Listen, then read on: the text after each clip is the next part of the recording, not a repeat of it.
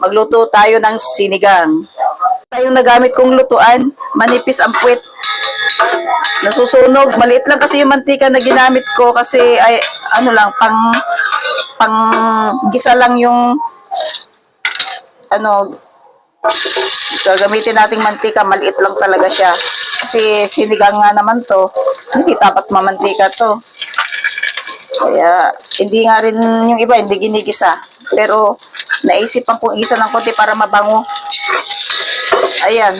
Yung kasirola, madali siyang, madali siyang masunog. Pinatabingi ko na lang kasi maliit lang yung mantika. Konting gisa lang siya. Ayan.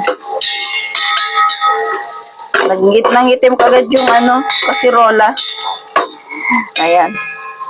Tapos, mga amoy lang maganda. Konting bango. Ayan, mabango na siya. Mahirap naman kung tutungin pa natin yung sibuyas. Konti lang yung mantika niya. So, ayan. Kuha muna ako ng tubig na pang tubig natin.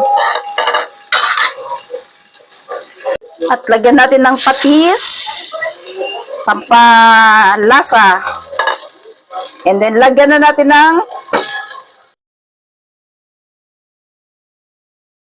okay, kumukulo na. So, lalagyan na natin ng mga pampalasa.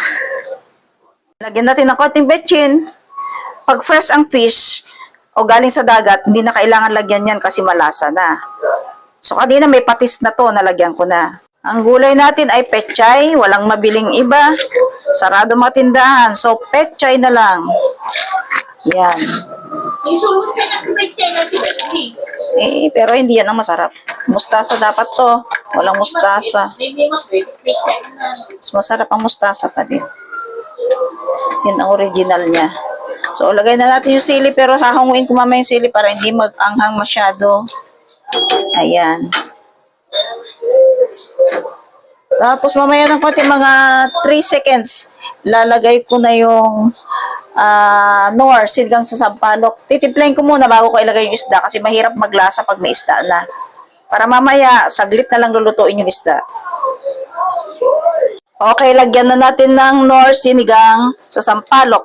At lasahan natin. Lasahan natin. Harap. Maasim-asim. Tama yung alat niya. Hindi siya maalat, actually. Sarap.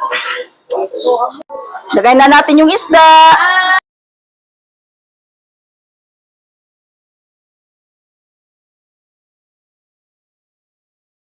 Sarap tong sinigang na to kasi boneless yung ginamit natin.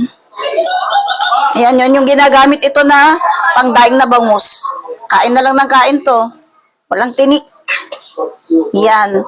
Mga 5 minutes lang natin to iluluto. Saglit lang to. Ilalagay ko na rin yung gulay. So, ilagay na rin natin yung dahon ng pechay. Sakto pag naluto tong pechay, luto na rin yung isda. Maganda yung isda pag saglit lang siya iluto. Masarap, malinamnam pa siya. Ayan.